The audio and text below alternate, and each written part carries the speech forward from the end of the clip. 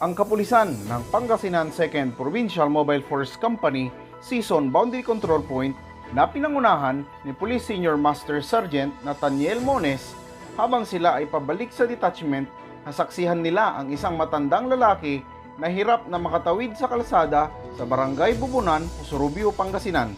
Dali-dali silang bumaba sa sasakyan at tinulungan ang matandang lalaki na makatawid at napag-alamang ito ay may mild stroke at rheumatism.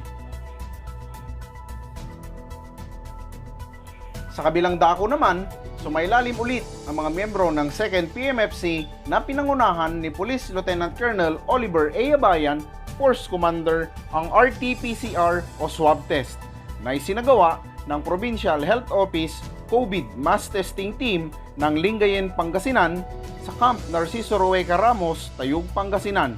Layunin nito na mabigyang atensyong medikal ang mga frontliners upang masiguro ang kaligtasan habang tayo ay nagbibigay serbisyo sa ating mga mamamayan at gayon din para sa kanilang pamilya na inuuwian na masiguro na hindi sila nahawaan ng COVID-19 virus.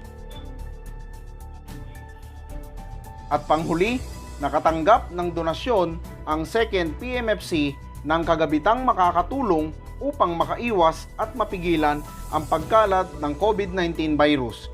Ibinahagi ni Miss Melody Lacson Limuhoco ng Umingan, Pangasinan ang mga sumusunod: surgical mask, thermal scanner, alcohol, disinfectant, sprayer, PPE at disposable gloves.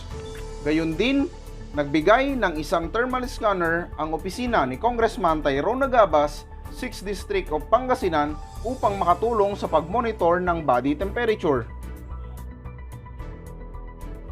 Ito po si Patrolman Kid Edsel Pascual, ang inyong police patroller ng Pangasinan 2nd Provincial Mobile Force Company, nag-uulat para sa Pangasinan Police Patrol.